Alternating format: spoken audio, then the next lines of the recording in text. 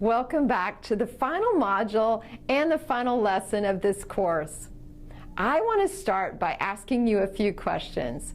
Do you use social media? This can include apps such as Twitter or Instagram. How do you use social media? Have you ever used it to advance your career? Well, in this last lesson, we are going to learn how professionals just like you use social media to network and find new job opportunities. Already, many professionals are advertising their career objectives through posts, which helps them connect with potential employers and important connections to get new positions. So we are also going to learn how to create effective postings to help you increase your chances of landing a job in your field. Now, you may not be looking for a job at this moment, but at any moment you decide to switch companies or careers, what you learn in this lesson will help you start down that path. So let's learn some important tips on how to make these postings and start a conversation between you and a future employer. In the first posting, you're going to write a quick introduction and express your goal, which in this case is to look for a job. To do that, you can use the first sentence of your eportfolio summary, which we learned in our first module. This sentence should look something like this. I'm an IT manager with 10 years of experience, and I'm looking for a job. If this part looks too simple to you, you can use other expressions, such as, I'm seeking employment, I'm looking for a new job opportunity, or I'm exploring new career options. After this first job post, it is likely that job recruiters or fellow professionals are going to make comments, possibly directing you to job posts or opportunities they're aware of. For example, a fellow professional could comment on your post by writing, I found a job that you might be interested in, or check out this job posting with perhaps a link. This is where you can continue the networking and the conversation by responding and asking more about the job. As you know, there are two types of questions in English, yes, no, and WH questions. Which type of question is used to ask for specific information? It is much better to ask a WH question because they will produce specific information as answers.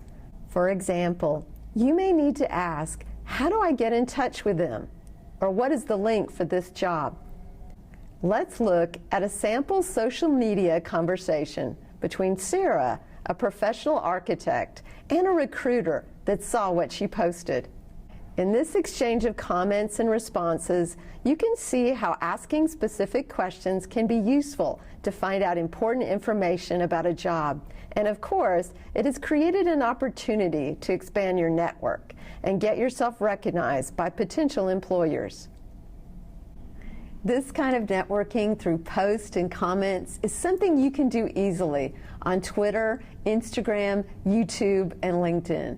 However, because LinkedIn is very specific to job-related networking, the posting should be done within a group related to your field of interest. This will make your posts more effective and reach the right audience. One last tip that I want to give you is to use hashtags for your job title or area of interest. Using hashtags will increase the chances of your posts being viewed by more people. In the case of Sarah, she can add hashtags like hashtag architect or hashtag architecture on her post. What about you? What kind of hashtags do you think you'd use for your job-seeking post? Now, if you want to work in a specific city or country, adding a hashtag with the desired location is recommended. In resources, find a list of some other helpful information about writing about jobs and how to do that for different types of social media. Let's recap what we've learned. In today's lesson, we've learned how to network on social media to find new job opportunities. We've learned that networking to get a job requires posting a brief but direct message that you are looking for a job and asking specific information questions to help connect better with future recruiters and to find the ideal job for you. We should also try and use hashtags effectively to increase viewers. This is the last lesson of our course. I hope you were able to build a great ePortfolio in English and learn a little bit more about using English grammar and writing while setting up each part.